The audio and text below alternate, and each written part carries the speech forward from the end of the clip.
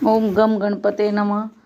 वैसे तो सत्यनारायण भगवान का व्रत किसी भी दिन और किसी भी समय किया जा सकता है, क्योंकि कलयुग में यही एक व्रत ऐसा व्रत है जिसके करने से सभी की सर्व मनोकामनाएं पूर्ण होती है और थोड़े से ही प्रयत्न से सब कुछ हमें मिल जाता है। तो सबसे पहले उसके लिए पूजा की सामग्री की ज़रूरत होती है। और क्या क्या पूजा की सामग्री की ज़रूरत होती है वह ये है: केले के खंभे, आम के पत्ते, पंच पल्लव, सोने की प्रतिमा तो आजकल होती नहीं है, और जो भी आपके पास मूर्ति है वह मूर्ति, और उसी के अलावा कलश, यज्ञोपवीत, पंचरत्न, वस्त्र, चावल, कपूर, गुलाब के फूल, धूप, दीप, पुष्पों की माला, तुलसी दल जो कि बहुत ही ज़रूरी है, नारियल, पान, ऋतुफल अर्थात जो भी जब भी हम व्रत कर रहे हैं या कथा कर रहे हैं तो उस ऋतु में जो भी फल मिलते हैं वह फल, पंचामृत और दूध, दही, अंगवस्त्र, घी, शहद, शक्कर, नैवेद्य, केसर, कलावा, वंदनवार और चौकी, इन सभी सामग्रियों की ज़रूरत हमें कथा करने के लिए ज़रूरी होती है और पूजा की सामग्री यही लगती है। और ये सब सामग्री हमें कथा करने से पहले ज़रूर एकत्र कर लेनी चाहिए। फिर जो पूजा की विधि क्या है? पूजा की विधि यह है कि सत्यनारायण भगवान का व्रत करने वाला पूर्णिमा या संक्रांति के दिन या किसी भी दिन सायंकाल के समय स्नान करके निवृत्त होकर पूजा स्थान में आसन करके बैठ जाए और श्रद्धापूर्वक सबसे पहले गणेश जी, गौरी, वरुण आदि सब देवताओं का ध्यान करे और उस पूजन करे। फिर संकल्प करे कि मैं सत्यनारायण भगवान का पूजन और श्रवण करूँगा। फिर हाथ में पुष्प लेकर सत्यनारायण भगवान का ध्यान करें और यज्ञोपवीत, पुष्प, धूप, नैवेद्य आदि से युक्त होकर स्तुति करें: हे भगवान, मैंने श्रद्धापूर्वक फल, जल आदि सब सामग्री आपको अर्पण की है, इसे स्वीकार कीजिए।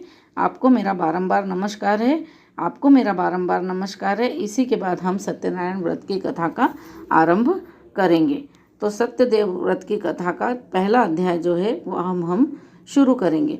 वह कैसे करेंगे? सबसे पहले हम सत्यदेव भगवान की जय बोलेंगे। बोलिए श्री सत्यनारायण भगवान की जय। अब पहला अध्याय। एक समय नैमिषारण्य तीर्थ में सोनकादि 88,000 ऋषियों ने श्री सूत जी से पूछा: हे प्रभु, इस कलयुग में वेद विद्या रहित मनुष्यों को प्रभु भक्ति किस प्रकार मिलेगी और उनका कैसे उद्धार होगा? इसलिए हे मुनिश्रेष्ठ, ऐसा कोई व्रत कहिए जिससे थोड़े समय में पुण्य फल प्राप्त हुए तथा मन वांछित फल मिले। ऐसी कथा सुनने की हमारी इच्छा है। सर्वशास्त्र ज्ञाता श्री सूत जी बोले: हे वैष्णवों में पूज्य, आप सबने सर्व प्राणियों के हित की बात पूछी है। अब मैं उस श्रेष्ठ व्रत को आप लोगों से कहूँगा।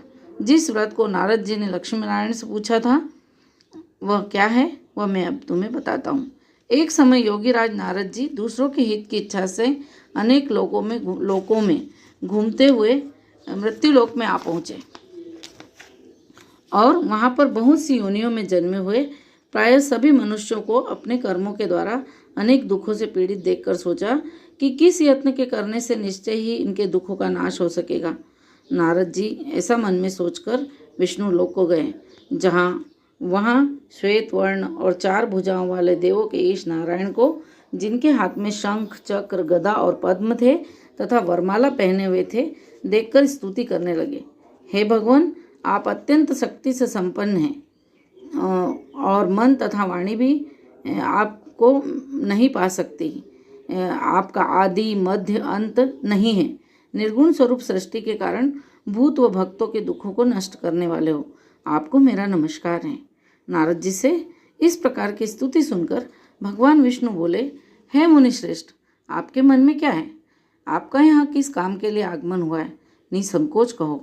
तब नारद मुनि बोले: मृत्युलोक में सब मनुष्य जो अनेक योनियों में पैदा हुए हैं, अपने अपने कर्मों के द्वारा अनेक प्रकार के दुखों से दुखी हो रहे हैं।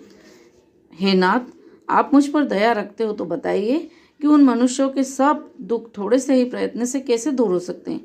श्री भगवान जी बोले: हे नारद, मनुष्यों की भलाई के लिए तुमने ये बहुत अच्छी बात पूछी। जिस व्रत के करने से मनुष्य मोह से छूट जाता है, मैं वह कहता हूँ, सुनो। बहुत पुण्य देने वाला स्वर्ग तथा मनुष्य दोनों लोकों में स्वर्ग तथा मनुष्य लोक दोनों में दुर्लभ एक उत्तम व्रत है। आज मैं प्रेमवश होकर तुमसे कहता हूँ, सत्यनारायण का यह व्रत अच्छी तरह विधान पूर्वक करके मनुष्य तुरंत ही यहाँ सुख भोग कर मरने पर मोक्ष को प्राप्त होता है। श्री सत्यनारायण के वचन सुनकर नारद मुनि बोले, उस व्रत का क्या फल है, क्या विधान है, किसने यह व्रत किया है और किस किस दिन यह व्रत करना चाहिए, मुझे विस्तार से बताइए। भगवान बोले, दुख शोक आदि को दूर करने वाला, धन धान्य को बढ़ाने वाला, सौभाग्य तथा संतान को देने वाला यह व्रत सब स्थानों पर विजयी करने वाला है। भक्ति और श्रद्धा के साथ किसी भी दिन मनुष्य श्री सत्यनारायण भगवान की शाम के समय ब्राह्मणों और बंधु बांधवों के साथ धर्म परायण होकर पूजा करें। भक्ति भाव से नैवेद्य केले का खम्भ, घी, दूध और गेहूँ का चूर्ण सवाया लेवे। गेहूँ के अभाव में साठी का चूर्ण लेवे और शक्कर तथा गुड़ लेवे और सब भक्षण योग्य पदार्थ जमा करके भगवान को अर्पण कर देवे तथा बंधुओं सहित ब्राह्मणों को भोजन कराए। पश्चात स्वयं भोजन करें, नृत्य गीत आदि का आचरण कर सत्यनारायण भगवान को स्मरण करते हुए समय व्यतीत करें। इस तरह व्रत करने पर मनुष्यों की इच्छा निश्चय ही पूरी होती है। विशेषकर कली काल में भूमि पर मोक्ष का यही सरल उपाय है। इति श्री सत्यनारायण भगवान प्रथम अध्याय समाप्त। अब हम दूसरी अध्याय की कथा शुरू करेंगे। उससे पहले सत्यदेव भगवान की जय, मोर मुकुट बंसी वाले की जय। दूसरा अध्याय। श्री सूत जी बोले, हे ऋषियों, जिन्होंने पहले समय में इस व्रत को किया उनका वृतांत कहता हूँ, ध्यान से सुनो। सुंदर काशीपुरी नगरी में अति निर्धन ब्राह्मण रहता था। वह भूख और प्यास से बेचैन हुआ नित्य पृथ्वी पर घूमता था। ब्राह्मणों से प्रेम करने वाले भगवान ने ब्राह्मण को दुखी देखकर बूढ़े ब्राह्मण का रूप धरकर उसके पास जाकर आदर के साथ पूछा, हे विप्र, नित्य दुखी हुआ तू पृथ्वी पर क्यों घूमता है? हे श्रेष्ठ ब्राह्मण, वह सब मुझसे कहो, मैं सुनना चाहता हूँ। ब्राह्मण बोला, मैं बहुत निर्धन ब्राह्मण हूँ, भिक्षा के लिए पृथ्वी पर फिरता हूँ। हे भगवान, यदि आप इसका उपाय जानते हो तो कृपा करके मुझसे कहिए। ब्राह्मण बोला कि सत्यनारायण भगवान मन वांछित फल को देने वाले हैं, इसलिए हे ब्राह्मण, तू उनका पूजन कर। इसके करने से मनुष्य सब दुखों से मुक्त होता है।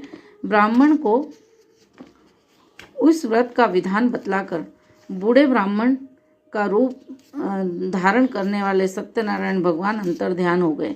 जिस व्रत को वृद्ध ब्राह्मण ने बताया है, मैं उसको अवश्य करूँगा। यह निश्चय करने पर ब्राह्मण को नींद भी नहीं आई। वह सवेरे ही उठ सत्यनारायण के व्रत का निश्चय कर भिक्षा के लिए चला गया। उस दिन उसको भिक्षा में बहुत सा धन मिला, जिससे उसने बंधु बांधवों के साथ सत्यनारायण का व्रत किया। उसके करने से ब्राह्मण सब दुखों से छूटकर अनेक प्रकार की संपत्तियों से युक्त हुआ।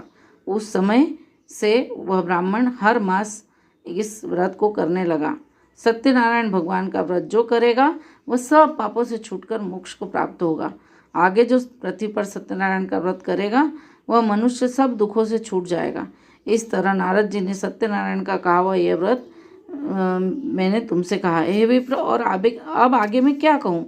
ऋषि बोले, हे मुनीश्वर, इस संसार में इस ब्राह्मण से सुनकर किसने इस व्रत को किया, हम सब वह सुनना चाहते हैं।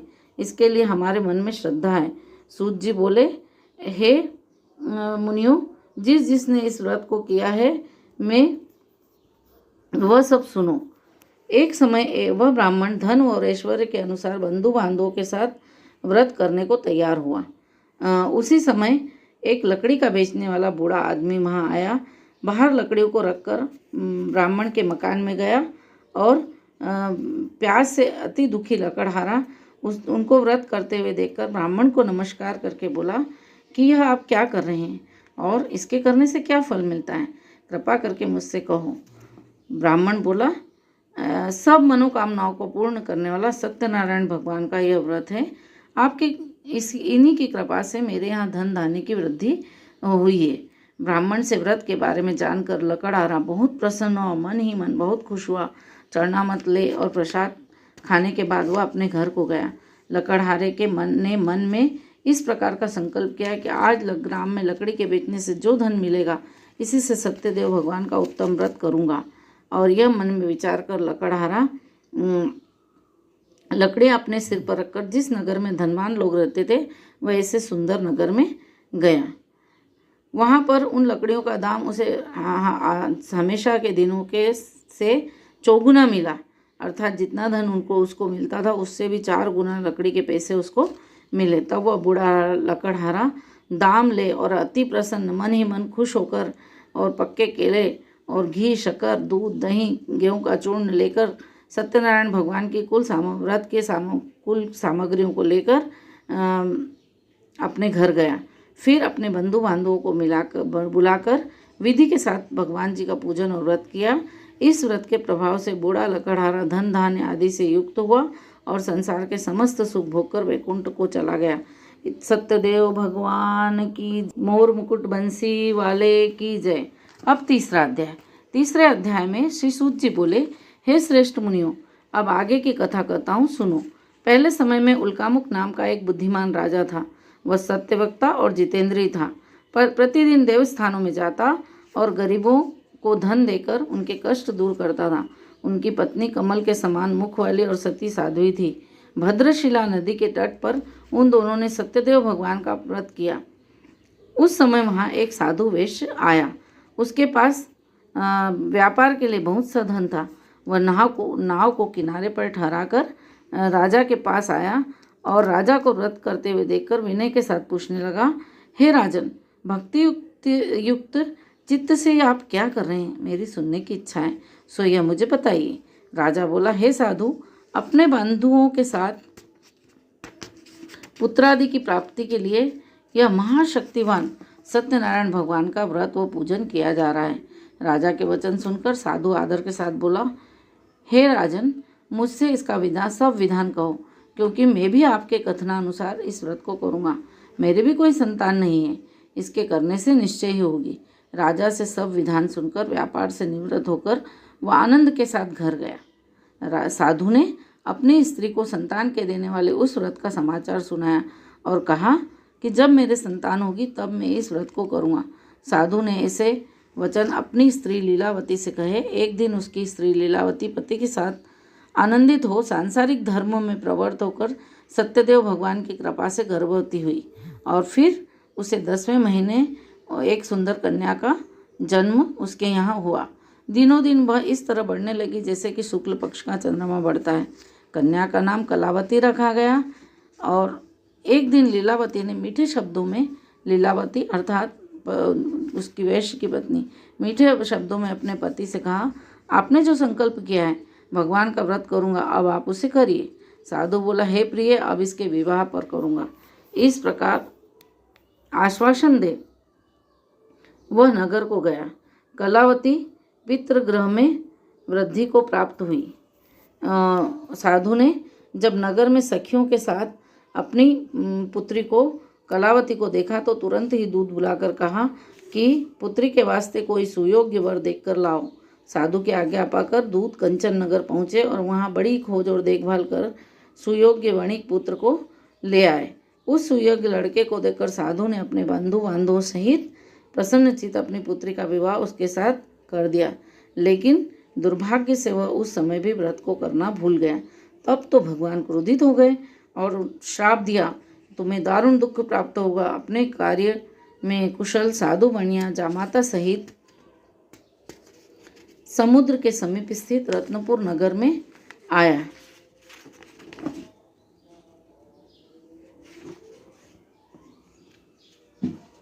और दोनों ससुर जमाई राजा चंद्रकेतु के उस नगर में व्यापार करने लगे।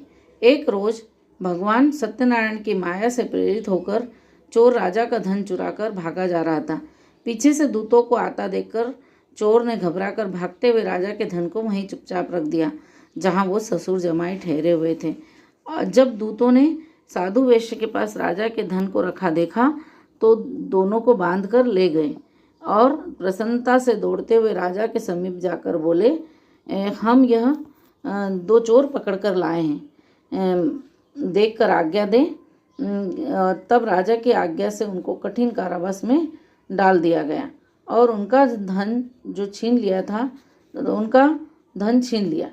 सत्यनारायण भगवान के श्राप से उनकी पत्नियां भी घर पर बहुत दुखी हुई। घर पर जो धन रखा था चोर चुरा कर ले गए और शारीरिक व मानसिक पीड़ा और भूख प्यास से अति दुखित हो अन्न की चिंता में कलावती एक ब्राह्मण के घर गई और उसने वहाँ सत्यनारायण भगवान का व्रत होते देखा। फिर कथा सुनी, प्रसाद ग्रहण कर रात को घर आई तो माता कलावती ने अपनी पुत्री से कहा, अब तक तो कहाँ रही, तेरे मन में क्या है? कलावती बोली, हे माता, मैंने एक ब्राह्मण के घर श्री सत्यनारायण भगवान का व्रत होते देखा है। कन्या के वचन सुनकर लीलावती सत्यनारायण भगवान के पूजन की तैयारी करने लगी।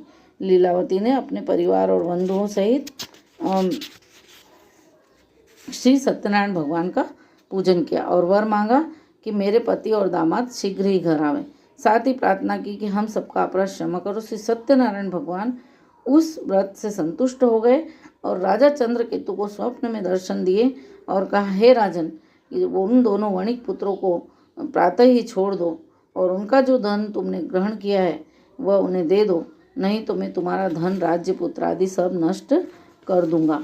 ऐसा राजा से ऐसा वचन कहकर भगवान अंतर्ध्यान हो गए। प्रातःकाल राजा चंद्रकेतु ने सभा में अपना स्वप्न सुनाया। फिर दोनों वणिक पुत्रों को कैद से मुक्त कर सभा में बुलाया। दोनों ने आते ही राजा को नमस्कार किया और राजा मीठे वचनों से बोला, हे महानुभाव, तुम्हें भावावेश में ऐसा कठिन दुख प्राप्त हुआ है, अब तुम्हें कोई भय नहीं। ऐसा कहकर राजा ने उनको नए नए वस्त्र आभूषण पहनवाए और उनका जो धन लिया था उससे दोगुना धन देकर आदर सहित विदा किया। दोनों वेश्य अपने घर को चल दिए। इति श्री सत्यनारायण व्रत कथायाम तृतीय अध्याय समाप्त। अब सत्यदेव भगवान की जय। चतुर्थ अध्याय शुरू करेंगे।